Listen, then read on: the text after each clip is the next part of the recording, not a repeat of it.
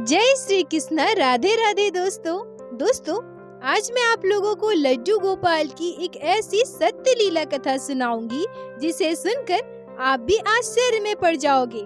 क्योंकि जब मैंने खुद इस लीला कथा को सुना तो मैं भी जैसे थम सी गई थी।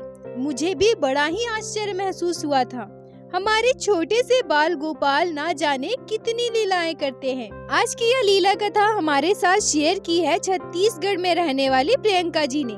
प्रियंका जी हमसे कहती है कि मैं लड्डू गोपाल की सेवा वर्षों से कर रही हूँ, पर आज जो मैं लीला कथा आप लोगों के साथ शेयर करने वाली हूँ वो मेरे पड़ोस में रहने वाली मालती दीदी के साथ घटी है।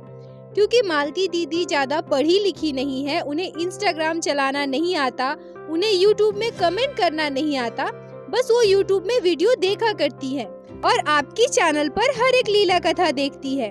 मालती दीदी ने मुझसे कहा कि मैं ये लीला कथा आपके चैनल के साथ शेयर करूं और मैंने खुद मालती दीदी के जीवन में यह घटना घटते हुए देखी है, इसीलिए आज मैं मालती दीदी की बात आपसे करवा रही हूँ और आज ये लीला कथा आप सभी के साथ शेयर कर रही हूँ। मालती जी कहती है कि मेरा मायका बहुत ही गरीब था, मेरा कोई भाई बहन नहीं है। मैं अपने मम्मी पापा के साथ बचपन से ही खेतों में काम करने जाया करती थी, या फिर मेरे पापा को जो भी जहाँ भी काम मिलता था वो करने चले जाते थे। इस तरह से हमारा गुजर बसर चलता था। जब मैं 16-17 साल की थी उस समय मेरे मम्मी पापा ने मेरी शादी कर दी। मेरी शादी भी वही छत्तीसगढ़ में मेरे मायके से थोड़ी ही दूर पर हुई है। मेरे ससुराल में मेरे हस्बैंड और मेरे सासू माँ थे। मेरे मम्मी पापा ने मेरी शादी एक गरीब परिवार में ही की थी। मेरे हस्बैंड दूसरों के खेत में या फिर जहाँ भी उन्हें काम मिलता था वही मेहनत मजदूरी का काम करते थे। शादी के कुछ दिनों के बाद मैंने सोचा कि घर पर मैं और मेरे सासू माँ रहते हैं और मेरे हस्बैंड बाहर इतना मेहनत का काम अकेले करते हैं, क्यों ना मैं भी मेरे हस्बैंड के साथ काम करने जाया करूं, जिससे कुछ पैसे ज्यादा मिलेंगे और हमारा परिवार अच्छे से चल पाएगा। क्योंकि शादी से पहले भी मैं अपने मम्मी पापा के साथ बाहर काम करने जाया करती थी, तो मुझे अपने पति के साथ बाहर जाकर मजदूरी का काम करने में कोई दिक्कत नहीं थी। यह बात जब मैंने अपने पति को बताई और उन्हें अच्छे से समझाया तो वो मान गए। अब सुबह सुबह उठकर मैं और मेरे हस्बैंड दोनों काम पर चले जाया करते थे। मेरी सासू माँ बहुत अच्छी थी, मुझसे बहुत प्यार करती थी।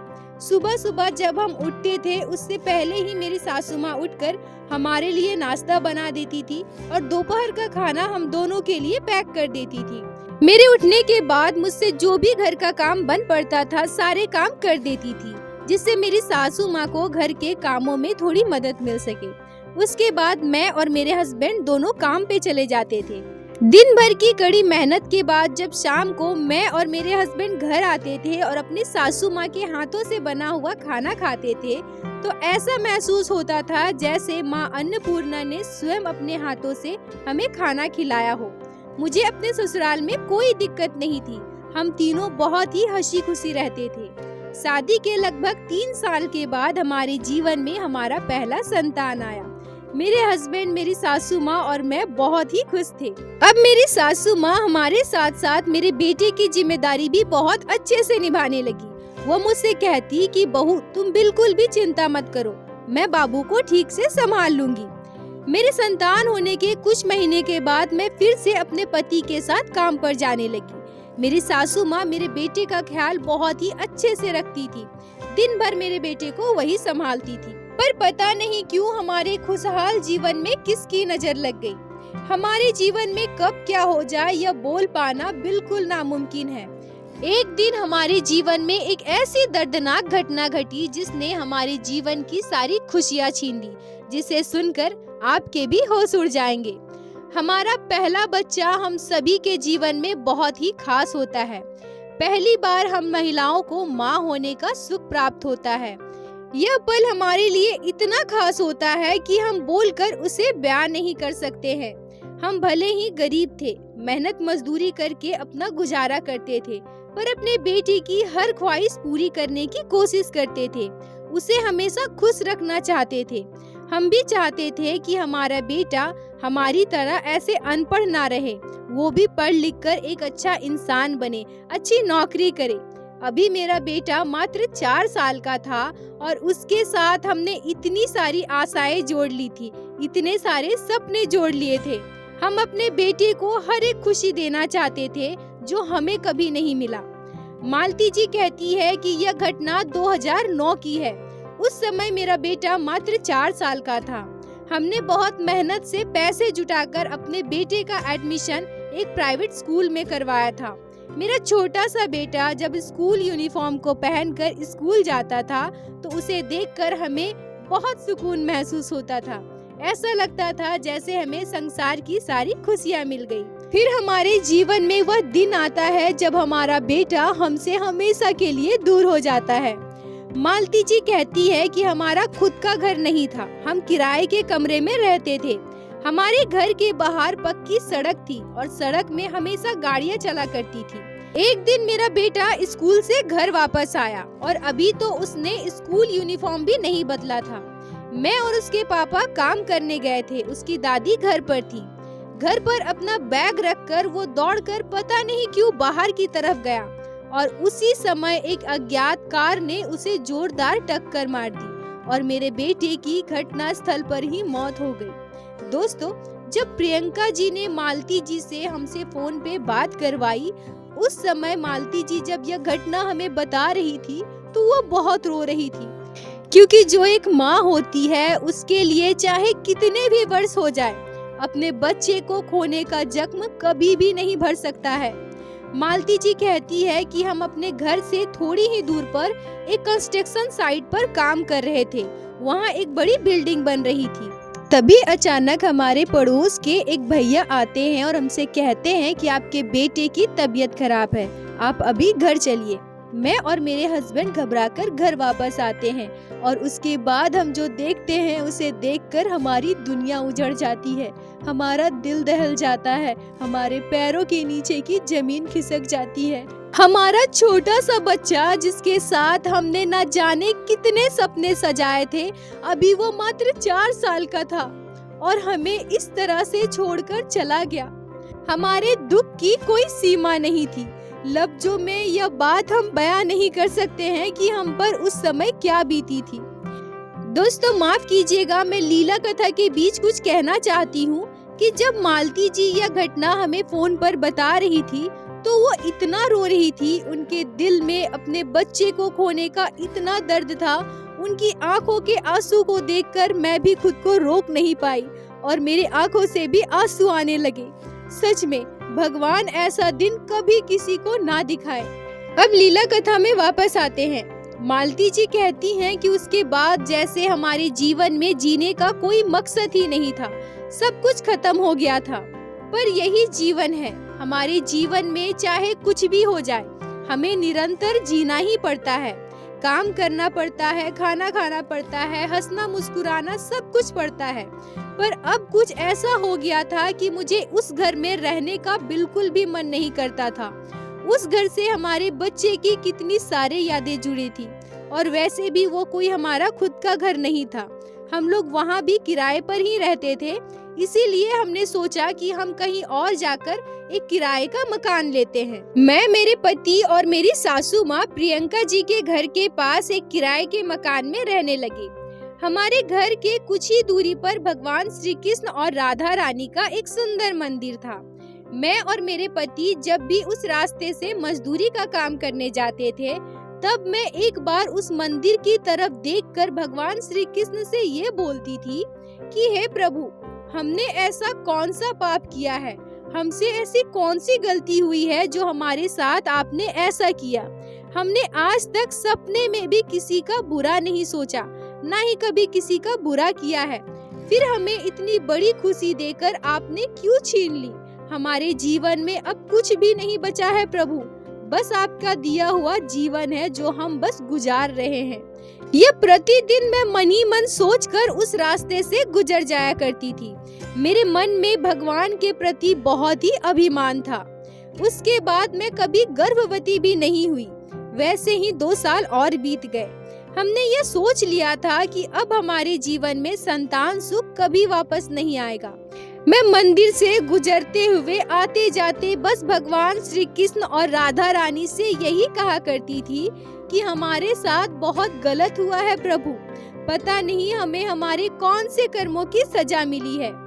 तभी हमारे जीवन में एक आश्चर्य कर देने वाली घटना घटती है। ये घटना 2015 की है। बिल्कुल मेरे पुत्र के जैसे ही उम्र के 4-5 साल का एक छोटा सा बच्चा शाम के लगभग 6-6:30 बजे मेरे घर के बाहर खड़ा था। उस समय मैं और मेरे हस्बैंड दोनों काम से घर वापस आ रहे थे। हम देखते हैं कि हमारे घर के बाहर एक छोटा सा बच्चा खड़ा है, जिसे देखकर ऐसा लगता है जैसे वो हमारे तरह ही गरीब परिवार का था। रोनी सूरत, फटे हुए कपड़े, पर उस छोटे से बच्चे का चेहरा बहुत ही सुंदर था। इतना मनमोहक रूप जैसे वो अपनी ओर हमें आकर्षित कर रहा हो। मैं उस छोटे से बच्चे के पास जाती हूँ और उससे पूछती हूँ कि बेटा आप कौन हो, आपके मम्मी पापा कहाँ हैं? वो छोटा सा लड़का हमारी बात सुनकर रोने लगता है। मैं उसे चुप कराने की कोशिश करती हूँ पर वो चुप नहीं हो रहा था। मैं उस बच्चे को अपने घर पे लेके आती हूँ। घर लाकर मैं सबसे पहले उससे पूछती हूँ कि आपको भूख लगी है क्या, कुछ खाना है? वह बच्चा हाँ बोलता है। मैं उस बच्चे को खाना खिलाती हूँ। उस बच्चे से पूछने की कोशिश करती हूँ और मैं बार बार पूछती हूँ कि तुम कौन हो, कहाँ से आए हो, पर मुझे कोई भी जवाब नहीं मिलता है। हम लोग सोचते हैं कि कम से कम आज की रात हमें इस बच्चे को अपने पास रखना चाहिए और फिर कल का देखा जाएगा। मालती जी कहती है कि सच कहूँ तो उस बच्चे में मुझे मेरा बेटा नजर आ रहा था। मेरी सोई हुई ममता जैसे जाग गई थी। मैं उस छोटे से बच्चे को अपने पास सुलाती हूँ। अगले दिन सुबह उठकर उसे स्नान करवाती हूँ। उसके लिए अपने पति से कहकर बाजार से एक शर्ट पैंट मंगवाती हूँ और उसे पहनाती हूँ। यह मेरी ममता हो या मेरा स्वार्थ, मैं उस बच्चे को अपने पास ही रखना चाहती थी, उसे बाहर भेजना ही नहीं चाहती थी। और वह बच्चा भी जैसे हमसे घुल मिल गया था। पर हमारे आसपास के पड़ोसियों ने कहा कि हमें पुलिस कंप्लेन कर देनी चाहिए क्योंकि इसके रिश्तेदार जरूर परेशान हो रहे होंगे। पर मुझे तो उस छोटे से बच्चे को अपने से दूर करने का बिल्कुल भी मन नहीं था। हम बस इस बात को टाल रहे थे, पर हमें तो पुलिस कंप्लेन करना ही था। अगले दिन जब हम सुबह काम पर जाते हैं तो रास्ते में भगवान श्री कृष्ण के मंदिर के आगे खड़े होकर मन ही मन में कहती हूँ कि हे कान्हा, तुम हमेशा मेरे साथ ऐसा क्यों करते हो? पहले हमें हमारे जीवन की सबसे बड़ी खुशी दी और फिर उसे हमसे छीन लिया। अब तुमने इस छोटे से बच्चे को हमारे जीवन में भेजा है, जिसे भी तुम हमसे दूर कर रहे हो। यह कहकर मैं अपने काम पर चली गई। वो छोटा सा बच्चा मुझे मैया और मेरे हस्बैंड को बाबा कहकर बुलाने लगा। उस समय हमने इस बात पर जरा भी ध्यान नहीं दिया था, पर आज जब हम इस बात पर ध्यान देते हैं, इस बारे में सोचते हैं कि वह बच्चा मुझे मैया और मेरे हस्बैंड को बाबा कहकर बुलाता था, तो हमें बड़ा ही अजीब लगता है।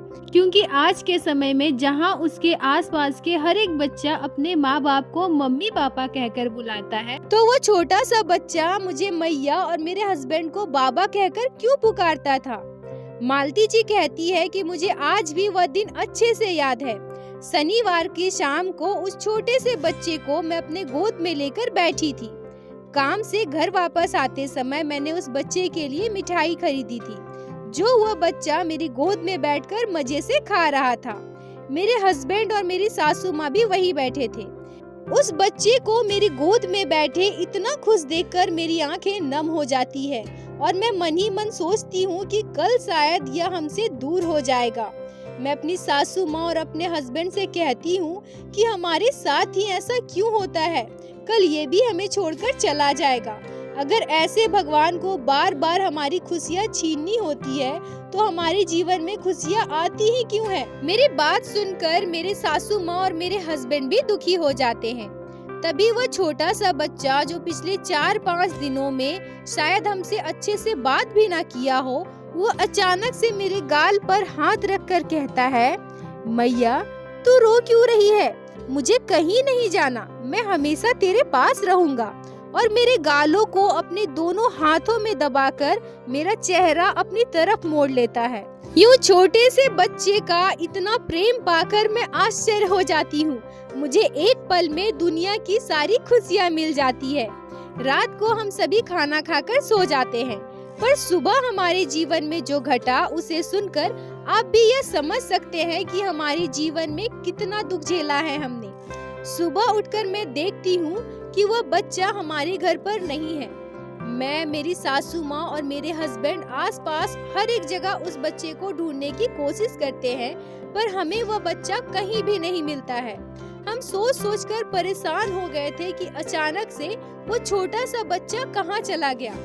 इस घटना के बाद हम इतने ज्यादा हताश और मायूस हो गए थे कि कुछ दिनों तक मैं तो काम पर भी नहीं गई, ना मैं घर से बाहर निकलती थी। मैं हमेशा सोई रहती थी। मुझे ऐसा लगता था जैसे हमारे जीवन में और कुछ भी नहीं बचा है। इस घटना के लगभग 10-15 दिनों के बाद मेरी तबीयत खराब हो जाती है। जब मैं डॉक्टर के पास जाती हूँ तो मुझे पता चलता है कि मैं गर्भवती हूँ। यह कैसे? यह तो हमें बिल्कुल नामुमकिन लग रहा था। हमने तो कभी सोचा ही नहीं था कि हमारे जीवन में फिर से ये खुशी आएगी। भगवान ने हमें इतनी बड़ी खुशी दे दी। 2016 में फिर से मुझे पुत्र संतान की प्राप्ति होती है। मेरे बेटे के मेरे जीवन में आने के कुछ महीनों के बाद एक दिन मैं और मेरी सासू माँ उस बच्चे के बारे में बात कर रहे थे। बात करते करते मैं बहुत भावुक हो गई। मैं उस बच्चे को अचानक से मिस करने लगी और उसी रात जब मैं सो रही थी तो मैंने एक आश्चर्य कर देने वाला सपना देखा। मैं सपने में उस बच्चे को श्री कृष्ण के बाल स्वरूप के रूप में देखती हूँ। मैं देखती हूँ कि जिस मंदिर के पास से मैं हमेशा गुजर कर जाया करती हूँ, उस मंदिर के बाहर वो छोटा सा बच्चा कृष्ण स्वरूप में तैयार होकर बैठा हुआ है। और जब मैं उसके पास पहुंचती हूँ तो वह बच्चा मुस्कुराकर मंदिर के अंदर चला जाता है। मैं जैसे ही यह सपना देखती हूँ, वो दृश्य देखती हूँ, मेरी आंखें खुल जाती है और मेरा सपना टूट जाता है। यह बात मैं सुबह उठकर सबसे पहले अपने सासू माँ को बताती हूँ। हमें यह बात समझने में बिल्कुल भी देर नहीं लगती कि वह बच्चा स्वयं श्री कृष्ण थे, जो हमारे घर पर हमारे पुत्र बनकर रहे और उनकी कृपा से हमें आज पुत्र की प्राप्ति हुई। मालती जी कहती हैं कि जब यह घटना मेरे साथ घटी, उसके कुछ दिनों के बाद मैं और मेरी सासू माँ मंदिर जाते हैं और पुजारी जी से ये सारी बातें बताते हैं और हम यह भी कहते हैं कि हमें भगवान श्री कृष्ण की नित्य सेवा हमारे घर पर करनी है। पुजारी जी ने हमसे कहा कि अगर आप भगवान श्री कृष्ण की नित्य सेवा करना चाहती हैं तो आप भगवान श्री कृष्ण के बाल स्वरूप लड्डू गोपाल को अपने घर लेकर आएं। और उसके कुछ दिनों के बाद हम लड्डू गोपाल का एक प्यारा सा विग्रह अपने घर लेकर आते हैं और अब हम हमारे घर पे प्यारे से छोटे से लड्डू गोपाल की सेवा बड़े ही प्यार से करते हैं। लड्डू गोपाल के आ जाने से हमारा घर बिल्कुल पूरा हो गया। हम सभी लड्डू गोपाल से बहुत प्यार करते हैं और खुशी खुशी रहते हैं। अब तो मेरा बेटा बड़ा भी हो गया, वो भी स्कूल जाने लगा है और ये सब कुछ लड्डू गोपाल की कृपा से ही हुआ है, जो मेरे जीवन में आज इतनी सारी खुशियाँ आई है। बोलो बाके बिहारी लाल की जय, लड्डू गोपाल की जय, जय जय श्री राधे। प्रियंका जी, आपका बहुत बहुत धन्यवाद जो आपने मालती जी की बात हमसे करवाई और आप दोनों ने हमें इस लायक समझा कि हम लड्डू गोपाल की इस अद्भुत लीला कथा को हमारे चैनल के माध्यम से बाकी सारे भक्तों तक पहुंचा सके। अपना साथ और प्यार ऐसे ही बनाए रखें। दोस्तों, मैं आप लोगों से एक बात कहना चाहूँगी कि बहुत सारे लोग ऐसे भी होंगे जो यह कहेंगे कि ये नहीं हो सकता कि भगवान श्री कृष्ण किसी के घर पे आके रहें और जो भी घटना घटी उसमें भगवान की कोई लीला है ही नहीं। हाँ, आपका कहना बिल्कुल सत्य हो सकता है, पर एक बात हमेशा याद रखिए, मानो तो शिव, ना मानो तो पत्थर। पर हमें कभी भी अपने ठाकुर जी पर अविश्वास नहीं करना चाहिए। भगवान चाहे तो पत्थर पर भी फूल खिला सकते हैं, बंजर जमीन पर भी अनाज उगा सकते हैं। नामुमकिन कुछ भी नहीं होता अगर ठाकुर जी का आशीर्वाद हमारे साथ है। दोस्तों, जो ठाकुर जी के भक्त होते हैं, जो लड्डू गोपाल की सेवा करते हैं, वो इस बात को अच्छे से समझ सकते हैं कि लड्डू गोपाल अपने भक्तों के साथ कितनी लीलाएं करते रहते हैं। हमारे बाल गोपाल हमेशा हमारे घर होने का, हमारे घर विराजित होने का प्रमाण देते हैं। हमारे बाल गोपाल अपने भक्तों की आंखों में आंसू कभी नहीं देख सकते, इसलिए हमेशा अपने ठाकुर जी पर विश्वास बनाए रखें। दोस्तों, अगर आप लोगों को आज की यह लीला कथा अच्छी लगी हो, आपके हृदय को स्पर्श की हो, तो कृपया वीडियो को लाइक करके अपने दोस्तों के साथ शेयर अवश्य करें, जिससे बाकी भक्त भी लड्डू गोपाल की इस अद्भुत लीला कथा को श्रवण कर सके। और हमारे चैनल को सब्सक्राइब करें, जिससे प्रतिदिन आप लोग हमारे चैनल पे श्री बांके बिहारी श्री लड्डू गोपाल की लीला कथा सुन सकेंगे। दोस्तों, यदि आपके जीवन में घटी हो कोई भी चमत्कारी घटना या लड्डू गोपाल ने कभी भी की हो कोई भी लीला जिसे आप हमारे साथ शेयर करना चाहते हैं, तो कृपया हमें इंस्टाग्राम पे मैसेज करें। हम आपसे कांटेक्ट करेंगे और आपकी उस लीला कथा को हमारे चैनल पे बाकी सारे भक्तों के साथ शेयर अवश्य करेंगे। लड्डू गोपाल की कृपा आप पर और आपके पूरे परिवार पर बनी रहे। राधे राधे दोस्तों।